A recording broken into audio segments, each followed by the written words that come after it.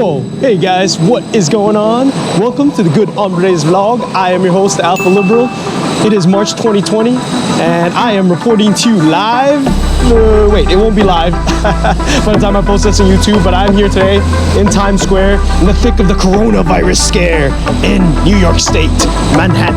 And this is the center of everything in New York City. And I'm here, and I was expecting this to be a ghost town, but check this out, guys. Look at this. Look at this. There's still people here. I saw like 4 or 5 tour groups as I was walking along here earlier, and it's just, life seems to be continuing. The last time I was on the subway was Tuesday this week. It's now Friday.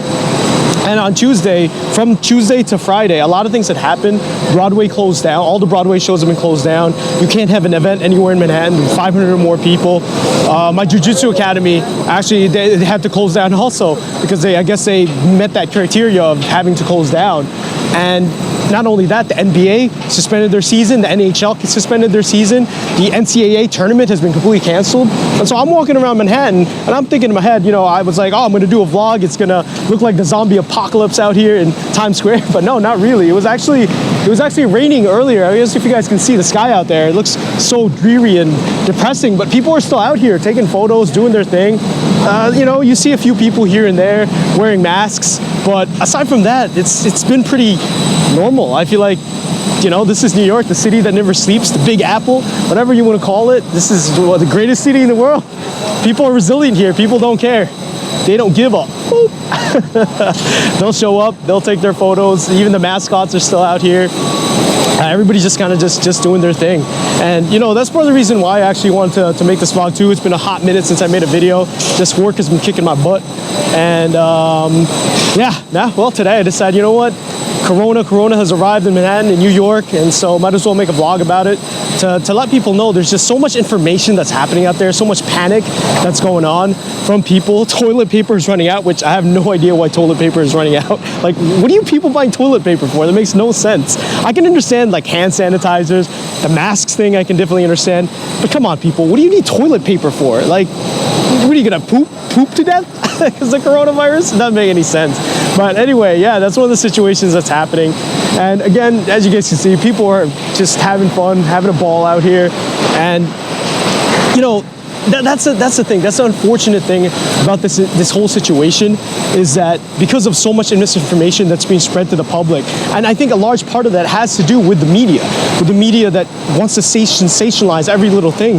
Because, you know, what are you going to click on? Are you going to click on, hey, just have good hygiene and stay healthy? Or are you going to click on, oh my God, your lungs are going to are going to crystallize and you're never going to recover from this thing? You'd rather click on that, you know? You'd rather click on the thing that's super dangerous and super like concerning rather than the thing that seems boring.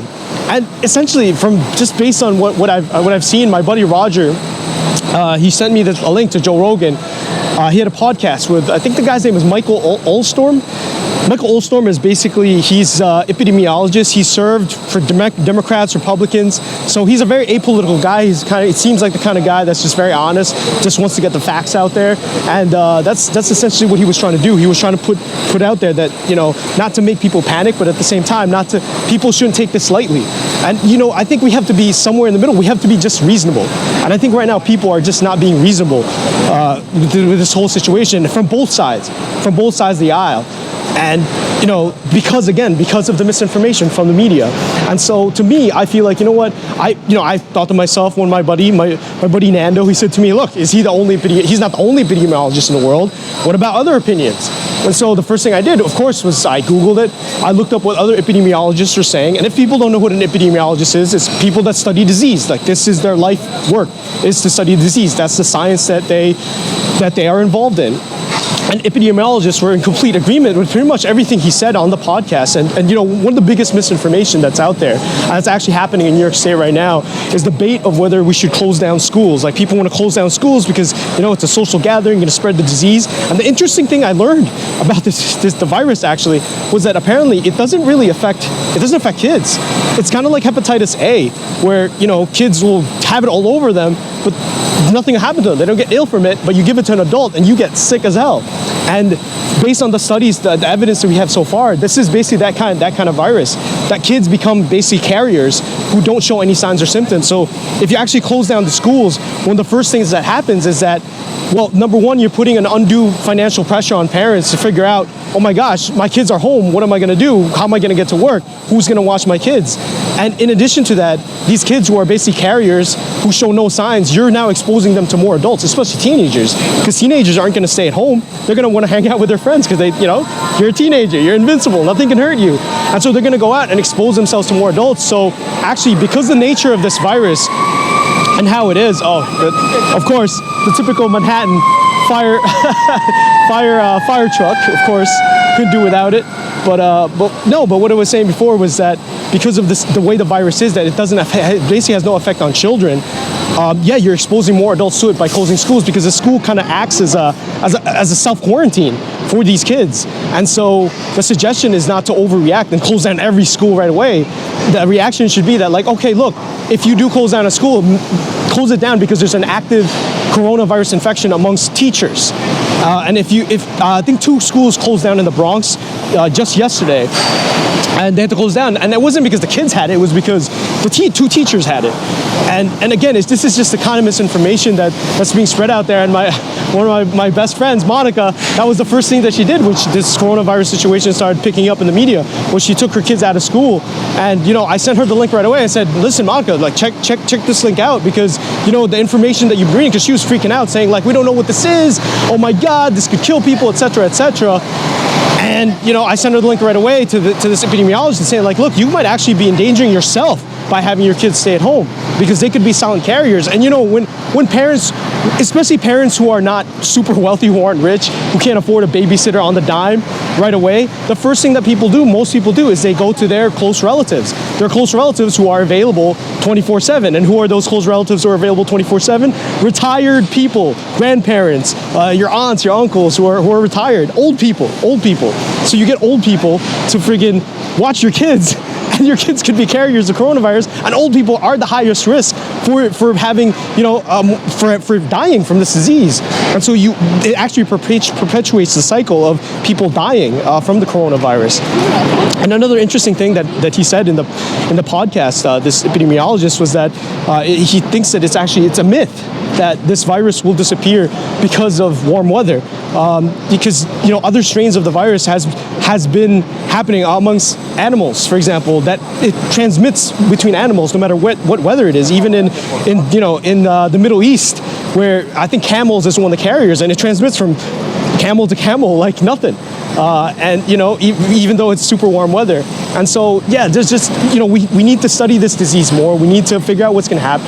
And I think what he was suggesting was that, look, we need to figure out how to move forward, because people still have to go to work. The world still needs to function. We can't just close everything down and stop everything just because people are scared and they don't know what to do. And it's a really good podcast. I suggest people watch it. And like I said, I Googled right away after my Nando made that suggestion about if he's the only guy that's saying this, because he's like, oh, there's different hypotheses. And pretty much, most epidemiologists are in agreement with how this situation should be handled. And so again, that would be my suggestion to people. I think just instead of looking to politicians, looking to journalists, looking to even other doctors who are not epidemiologists, you could be a neurosurgeon. That doesn't mean you're going to have any expertise whatsoever in pandemics and diseases and viruses and bacterial infections. And so look to the experts, and the experts are the epidemiologists. I'm the kind of person, I'm an evidence-based man. I go with where the science goes, I go with where the evidence goes. And if this is what scientists and experts are saying, like how we should listen to them and ask them how we should move forward with this entire thing. And what else did I want to say? Oh, I wanted to shout out to one of my BFFs, Ricky, my buddy Ricky. My man, you sent me a text on WhatsApp, and so I'm answering it to you right here now. As you guys can see, it seems to be good here in New York City for now, I hope. Like I said, I'm just hoping for the best, that everything's going to turn out okay. I hope you're doing well over there in Hong Kong. I know the protests are still happening. I still kind of look it up here and there, back and forth. And I know there's still unrest, and the media unfortunately has completely stopped covering the entire situation because it's out of the news cycle. People get bored.